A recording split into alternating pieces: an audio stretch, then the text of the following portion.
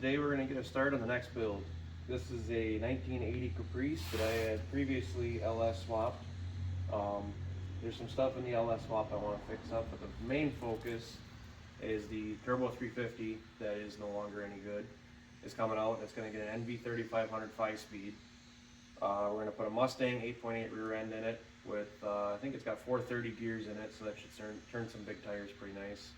And the main focus for this car is going to be to replace the Lincoln that we destroyed in the last couple videos.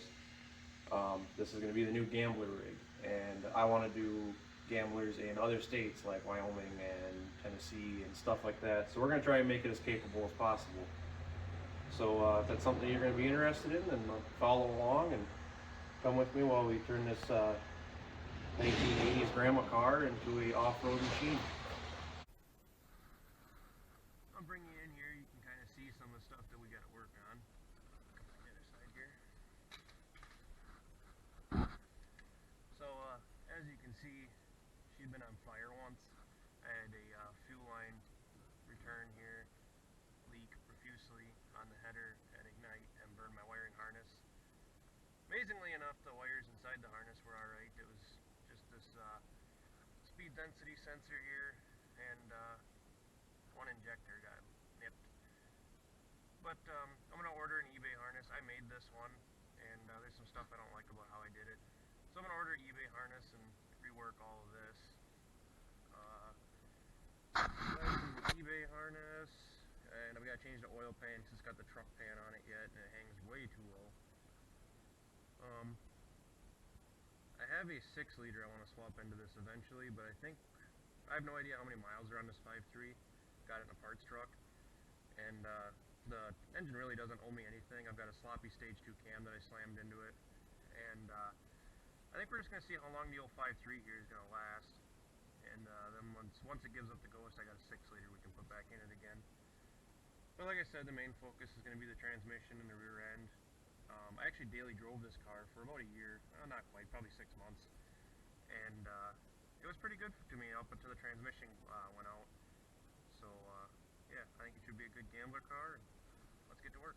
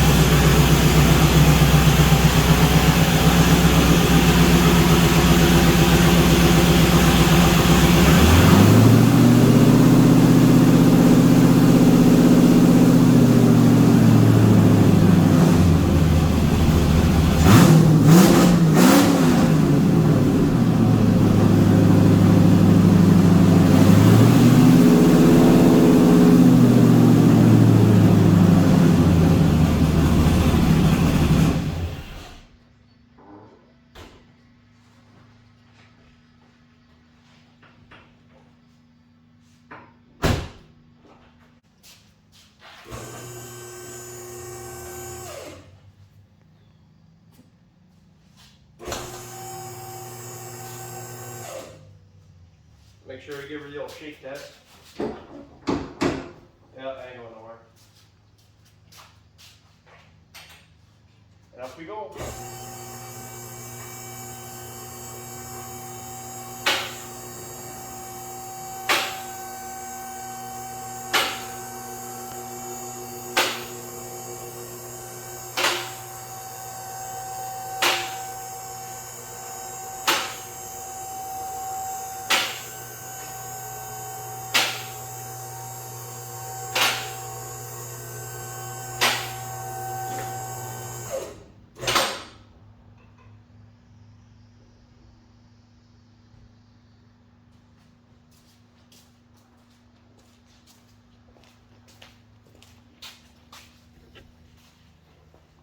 You can see here what I mean about the oil pan. How when bombing through the woods that could pose an issue. But we'll get that addressed eventually. I got my exhaust under here that I made. Fucking leaking tranny. And the old original, I think they're like 273 gear open rear end. She was a dog, but it'd do 127 in second gear. But yeah, let's commence to getting this transmission out of here. Alright, there we go. Old transmission's out. Now we can start mocking in the new one. Can measure back and cut the hole out and slide it up in there with no clutch or anything and see how it's gonna fit. I'll update you when I get a little further. Let me show you what I got going on down here. So I just took this hole saw here, drill out 4 corners, and now I'll take a grinder, a sawzall, and I'll connect the bottoms of the holes here. That way you get a nice radius corner. And it looks semi-halfway professional. Obviously, like all things, the more time you take, the better it'll look, but this is a good way to get a nice, clean hole in your floor.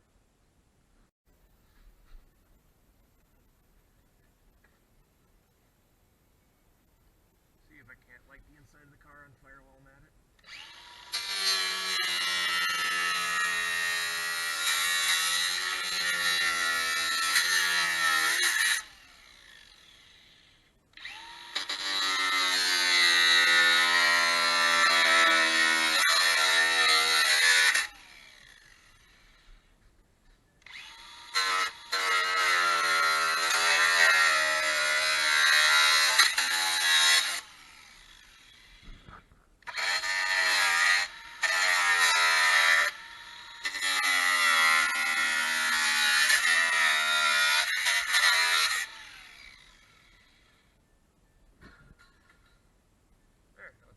Knife and cut the floor out.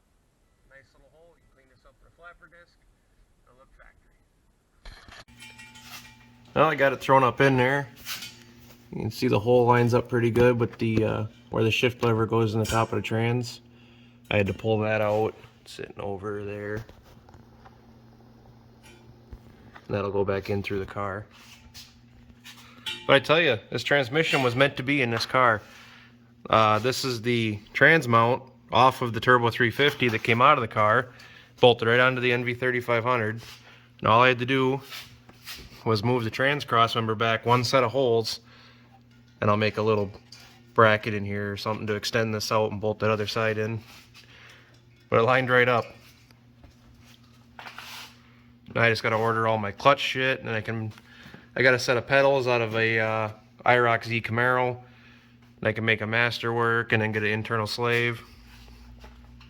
And now I think we're going to go onto the rear end, because with the transmission mocked in, I can then make a drive shaft for the rear end. Alright, I got the rear end pulled out of the car. This is the one that came out.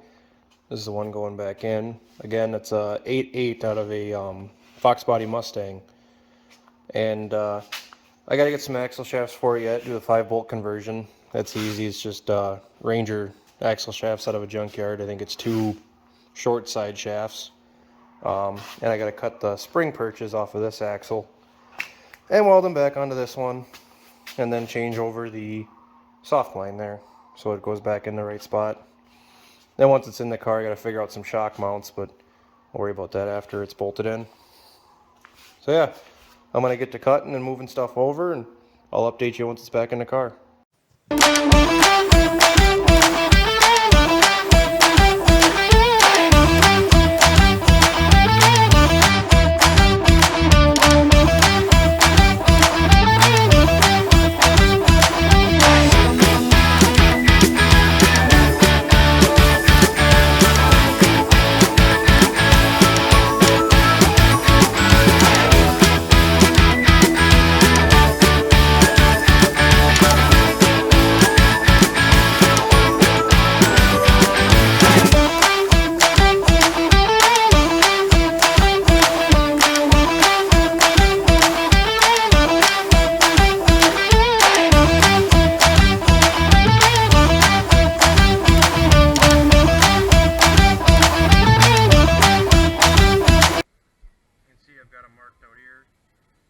Measured the axle across off the backing plate, found center, then measured from center to here, did the same thing on that axle.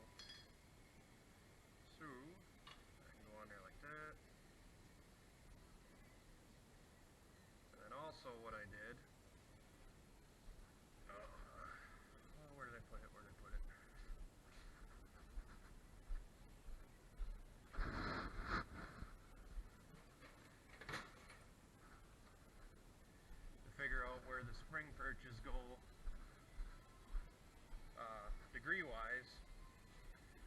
set the axle up to 0 on here. Oh. Anyway, when I had it on the stand before, I found that I got that put to 0, and then I set this on the spring perch and figured out what degree it was. It's 9 degrees. So now I'm going to get that set up so that it's 0 on the front here, and then I'll set these.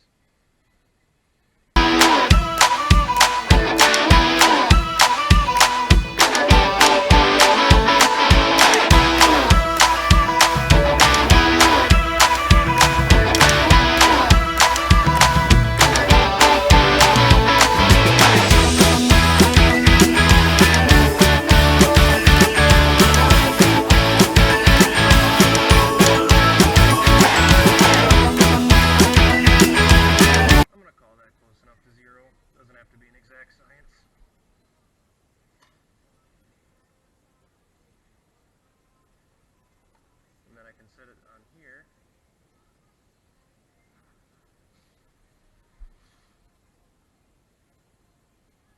Set it to 9 degrees. And I'll clean this up and tack it, weld it in solid, and we can throw it in the car.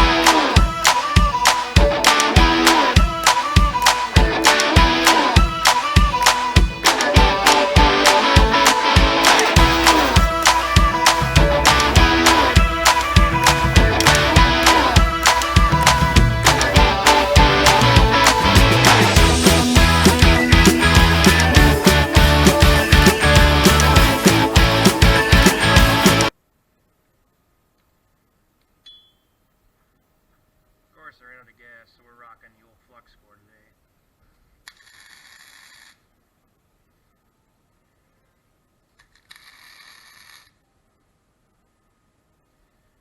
Get the other one tacked on there and I'll weld them up.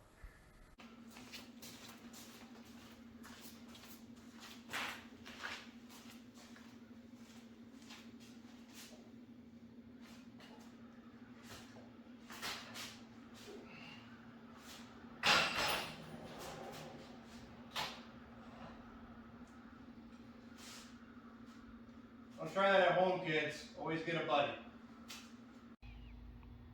Alright, got her hung in there.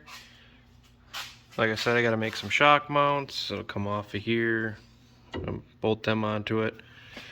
Pinion angle looks really goofy right now because, for one, it's drooped out in the way the 4-link back here works. When it's all drooped all the way down, your upper links are much shorter than your lowers.